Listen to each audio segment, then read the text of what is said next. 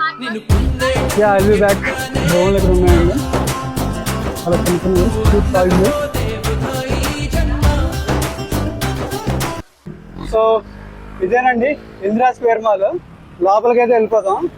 లోపలికి వెళ్ళడానికి ఇలా మధ్యలో నుంచి వెళ్ళలేము, మరి ఇండియాలో వెళ్ళినట్టు.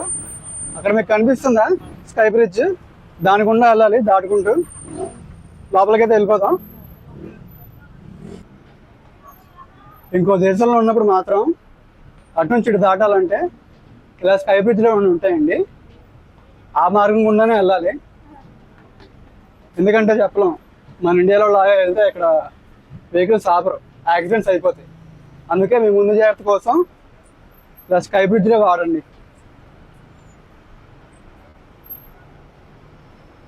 ఇవ్వనండి, అదే ఇందిరా స్క్వేర్ మాల్.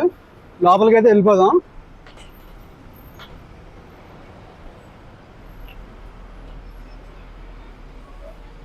ట్రాఫిక్ చూసారా ఎంత ఉందో, చాలా దారుణంగా ఉంది. అక్కడ సిగ్నల్ లైట్ ఉంటే ఇంత దూరం ఉంది, 1 కిలోమీటర్ దగ్గర ఉంది. సో లోపలికి అయితే ఇలా ఎంటర్ అయిపోవాలండి. మనం లోపలికి అయితే వెళ్ళిపోదాం.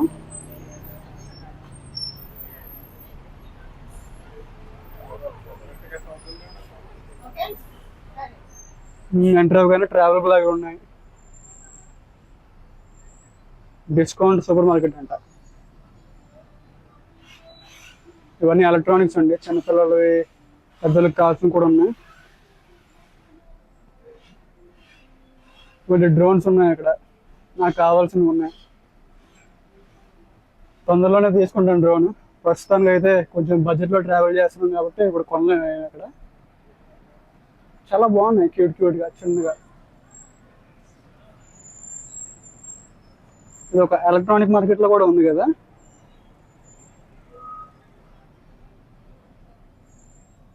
మొత్తం చూసేద్దాం.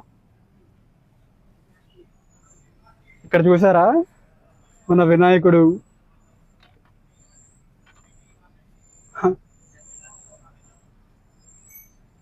చూడగానే విష్ణుమూర్తి ఏమో అనుకున్నానండి, కానీ కాదు. ఇక్కడ మన వినాయకుడి విగ్రహాలు కూడా ఉన్నాయండి.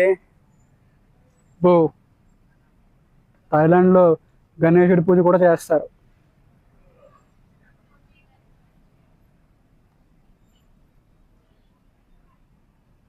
నాకు తెలిసేది ఇండియన్ మార్కెట్ అయ్యి ఉంటుంది ఖచ్చితంగా. ఇదంతా చెప్పుల దుకాణం అండి, చెప్పుల షాప్ ఇదంతా.